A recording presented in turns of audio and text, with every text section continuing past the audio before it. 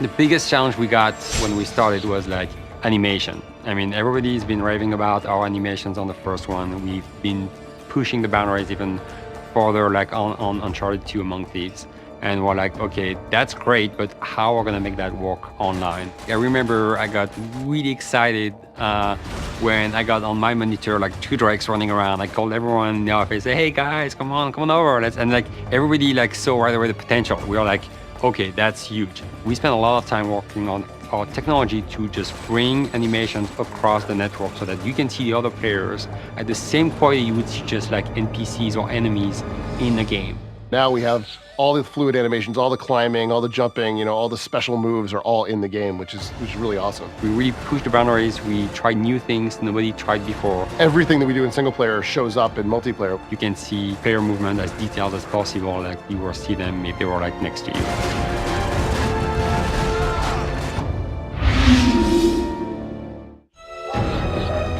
So when we start to work online, we also want to make sure the experience for the player would be just as simple as it is when you play single player. So you hit start, you start the game, you play. If I can very quickly jump online, hit our matchmaking system, there's no waiting around, there's no nothing. I'm pushing a button, I'm in the game. I'm finding people of like skill, so it's bouncing me up and down and putting me into the right level, so I know that every game I play is going to be fun. You know, I'm going to be constantly challenged, but it's not going to be too hard. Also, something that's very important is be able to play with your friends, and that's why we create our party system. If I have a bunch of friends online, I can very easily invite them to join my party. I can see them in their party, jump in with them with one button press. So that if you go and make a custom game, they're gonna play that custom game with you. If you go in matchmaking, they're gonna come and be in your team and follow you in your matchmaking. So that's key, because a lot of people want to play with their friends too. It's super important, like to be able just to chat with your friends and make fun of them sometimes if they die and stuff like that. We made it like really extremely easy. So I'm sure people are gonna use that feature a lot. In the cinema mode, we record the games that you've played, so you can go back and watch games that you've played before and see, what exactly you did. The last game you played.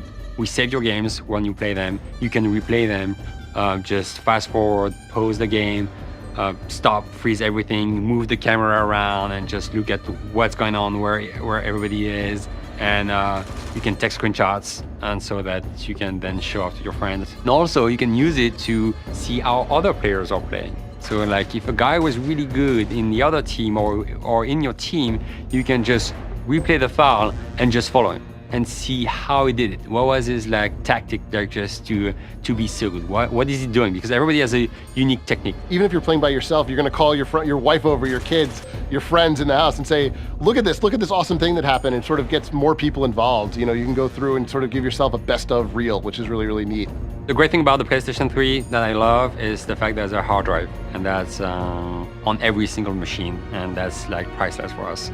So cinema mode was very easy because we can save your cinema files to your hard drive very easily, and also we're having some technology using the cloud where we can like save the files, your cinema files, to the cloud, so that when you want to share it with your friends will be able just to get it from the cloud and download it to their own PS3, to their hard drive.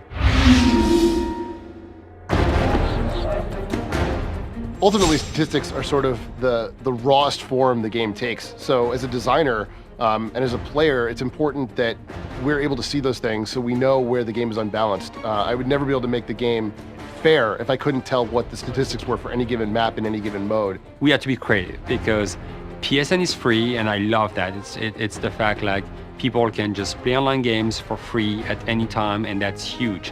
And it's good because it forced us just to find new ways to store that data, and that's why we started to work on the cloud technology. Things that I thought were cool maybe didn't work. Maybe there was too many deaths there. Maybe maybe nobody ever went there. Those kind of things were very, very easy for me to see because we did track so many statistics all the way along. The stats are like the biggest thing for the players. They want like to know how they're doing. We have competitions going on, and they want to be able just to go on the website and just look at the results of the game and take the result of the game and be able just to define who's winning the tournament. One of the best features of Uncharted 2 is the ability for us to live update the game, which means we don't have to patch. It's completely transparent to the player. every time you start the game, you go on multiplayer here at the bottom, you're gonna connect to our servers and you're gonna sync the latest data. And it's completely transparent, it takes no time, so that if we see there's a big advantage point on the map that we need to fix, we can do that. We can do that without people knowing about it.